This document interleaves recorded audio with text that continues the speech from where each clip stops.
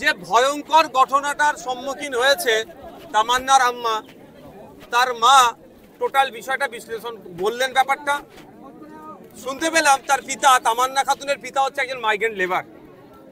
দুর্ভাগ্য আমাদের, ভোট আসলেই পশ্চিমবাংলায় খুনোখুনি মারামারি, আর ভোট আসলে মুসলিমরা না খুন হলে রাজ্যের যে শাসক দলের সরকার আছে তারা ঠিক শান্তি পায় না।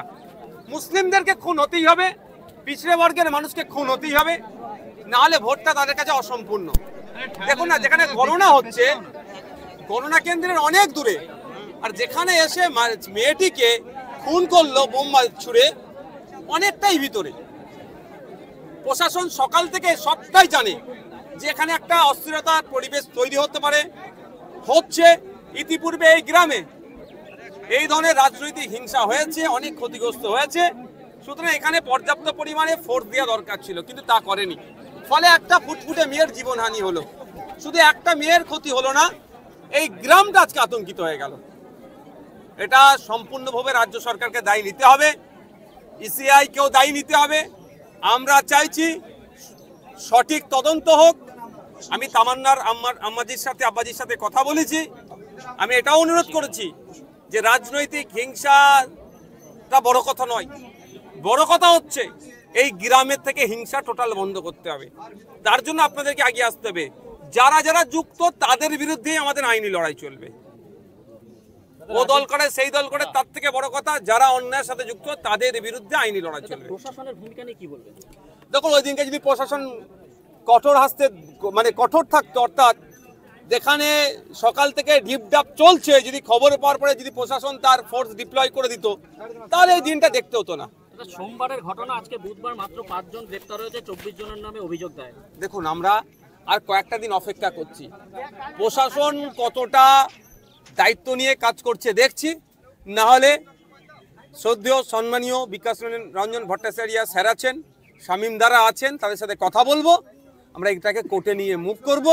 পরিবারের কথা যে বিচার চাই, সিবিআই চাই, আমরা তাকে আজকে কথা বলেছি যে আমরা চাইব কোনো জজের নেতৃত্বে টিম গঠন করে এটা তদন্ত, অর্থাৎ আমরা এটা আপকামিং যে প্রোগ্রেস হবে সেটা আমরা করব। শুধু আমরা আর কটা দিন অপেক্ষা করছি, পুলিশ আর কজনকে গ্রেফতার করে সেটা দেখছি।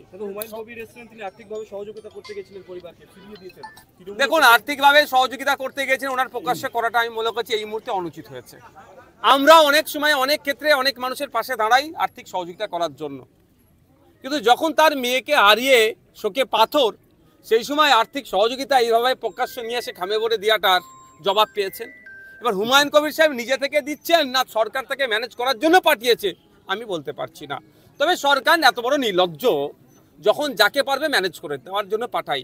কারণ যে ওয়াকাফ আইন বিজেপির বিরুদ্ধে আন্দোলন করতে গেলে এখানকার মুসলিম সম্প্রদায়ের মানুষকে সরকার আটকানোর চেষ্টা করে প্রশাসনকে দিয়ে, সামান্য একটা মুসলিম বাড়ির মেয়েকে খুন করেছে, তাকে ধামাচাপা দেওয়ার জন্য অনেক পন্থা অবলম্বন করতে পারে।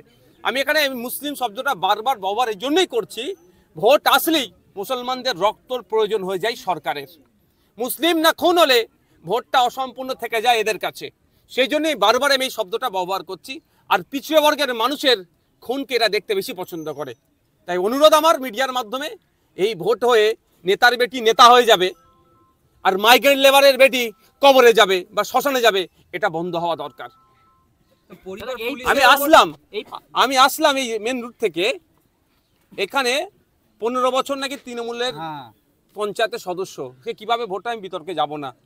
এই রাস্তাতে অল্প বৃষ্টিতেও দেখলাম আসার মতো নয়, কিন্তু তাহলে তারাও যদি অন্তত নিজের গ্রামটাকেও ঠিক করতে পারে, ততটুকু করে না কেন? করতে দেওয়া হয় না। সেই বাইরের করার ইচ্ছা থাকলেও তাকে করতে দেওয়া হয় না। কারণ ওখানে কারা থাকে? মুসলমানরা থাকে, ওখানে কারা থাকে? পিছড়ে বর্গের হিন্দুরা থাকে, ওখানে কারা থাকে? আদিবাসীরা থাকে।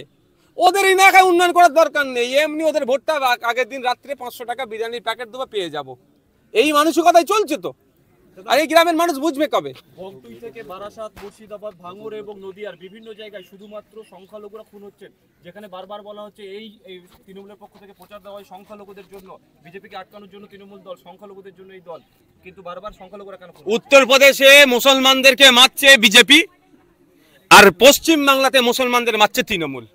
মমতা ব্যানার্জি। বুঝতে পারছেন তো, এর বাইরে আর কিছু নয়।